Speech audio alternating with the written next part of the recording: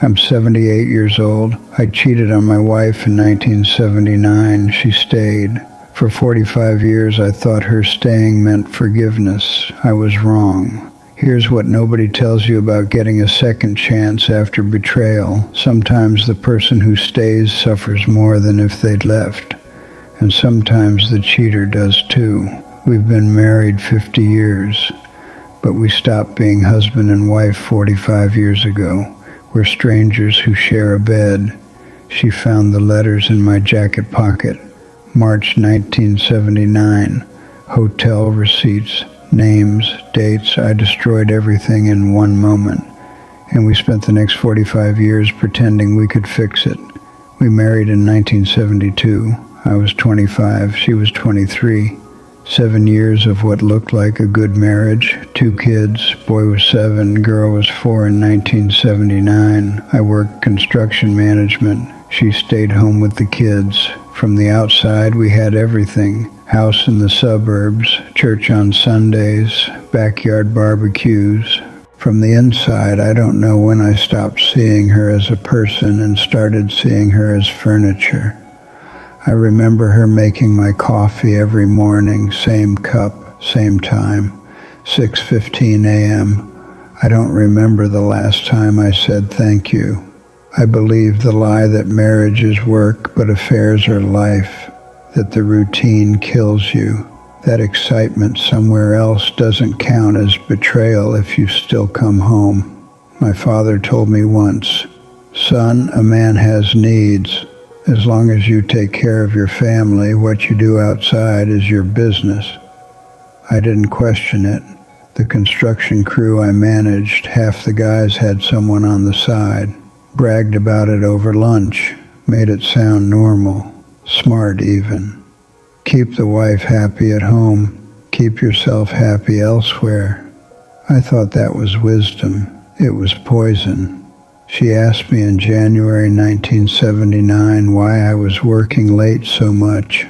I snapped at her, told her she didn't understand pressure, told her to be grateful I provided. She never asked again. Our son asked why Daddy smelled different when he came home. Kids notice everything. I laughed it off, said it was concrete dust and diesel. It was perfume. I told myself I was protecting them by keeping it separate. I was protecting no one. March 17th, 1979, Saturday morning, 9:30 a.m. I was in the garage. She came out holding my work jacket. Her face was white, hands shaking. She didn't say anything at first, just held up the letters, 3 of them, folded small, hotel receipts clipped to one, the Ramada Inn, 8 different dates over 6 months. And the worst one, a receipt dated February 12th, 1979, our anniversary. I spent our 7th anniversary with another woman. She said 4 words. Who is Linda Harrison? Not crying, not yelling, just empty. That's when I realized I'd already killed her.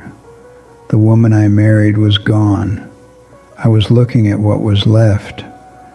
I opened my mouth. Nothing came out. She said, "The kids are inside watching cartoons. You have 2 minutes to tell me the truth before I go in there and pack their bags." I told her, 8 months. Secretary at the construction office, started at a Christmas party in 1978. My hands went numb. The garage tilted. I tasted metal. She didn't scream. She didn't throw anything. She just nodded, folded the letters, walked back inside. First 48 hours, she didn't speak to me. Slept in our daughter's room, made meals, fed the kids, operated like a robot. I slept in the garage those 2 nights. Couldn't eat. Monday morning, her mother showed up. Stood in our kitchen and said, "You're disgusting, but she has 2 babies and no way to feed them alone, so you're going to fix this. Not if you love her, make it right. Just, she's trapped, don't make it worse." Her best friend Nancy stopped talking to her, not because of me, because staying made her look weak. Our church, The priest told her that divorce is a sin, that marriage is sacred, that suffering is redemption. She couldn't leave, not really. 1979. No job, no college degree, 2 kids under 8. If she divorced me, she'd get maybe $200 a month in alimony. Maybe. We lived in a state where she'd have to prove fault in court, drag everything public. Her choices were stay and suffer or leave and starve. She stayed.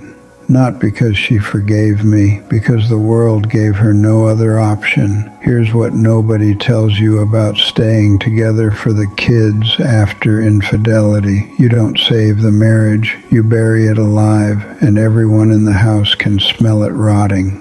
She stayed. The kids grew up.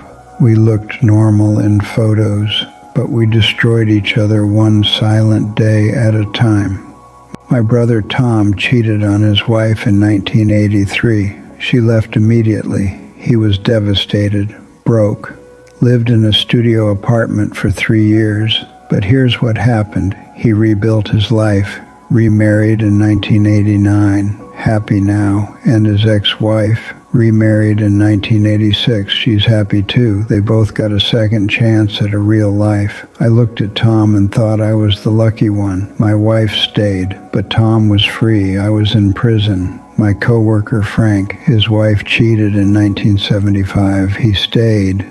30 years later, he told me, I don't remember what her voice used to sound like before it went flat. He died in 2009. They were still married. At his funeral, his wife didn't cry. I watched her standing there, blank-faced, and I realized that's us.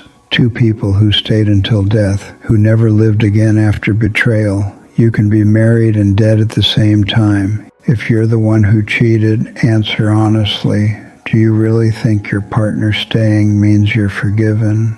Or are you just watching them die slowly because they have no way out? Do you hear the silence in your house and pretend it's peace?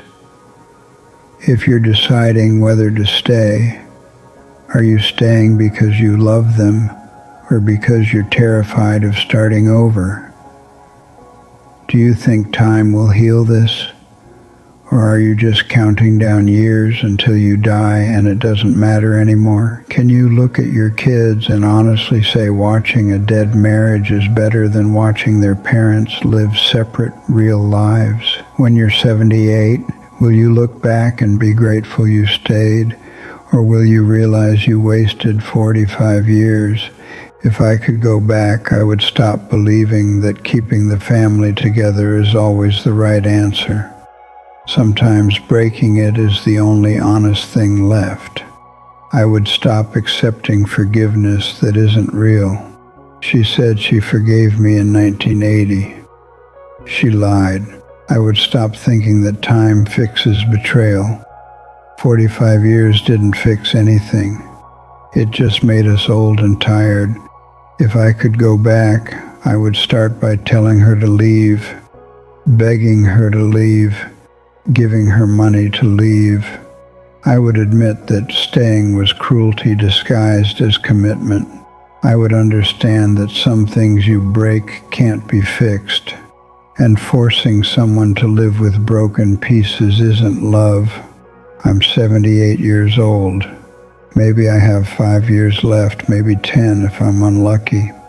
And what dies with me, 45 years of pretending, 45 years of silence, 45 years of punishment that she delivered quietly and I accepted as penance. We stayed together. We destroyed each other. That's my legacy.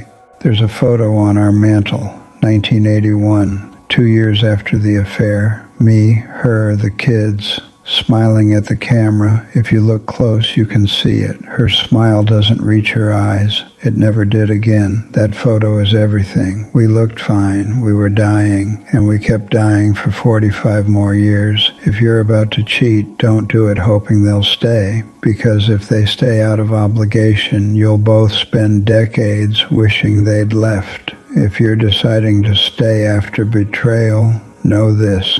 Staying doesn't mean you'll heal. It might just mean you'll spend the rest of your life slowly suffocating, while everyone tells you how strong you are. If this story made you feel something, share it with someone who needs to hear it. Leave a comment. Have you stayed in a marriage after betrayal? Are you really healed, or are you just surviving? This channel features people like me sharing what decades of choices actually cost. Real stories, real consequences, no filters. Subscribe so you don't miss the next confession. We're all running out of time to tell the truth. This is my side of the story. I've told you what I did, the affair, the guilt, the 45 years I've lived knowing I destroyed her. But there's another side. The next video on this channel you'll hear from her, the woman I betrayed in 1979.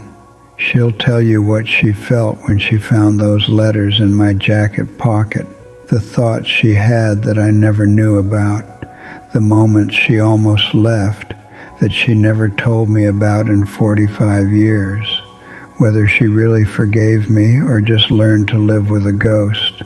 I can tell you what I did, but only she can tell you what it cost.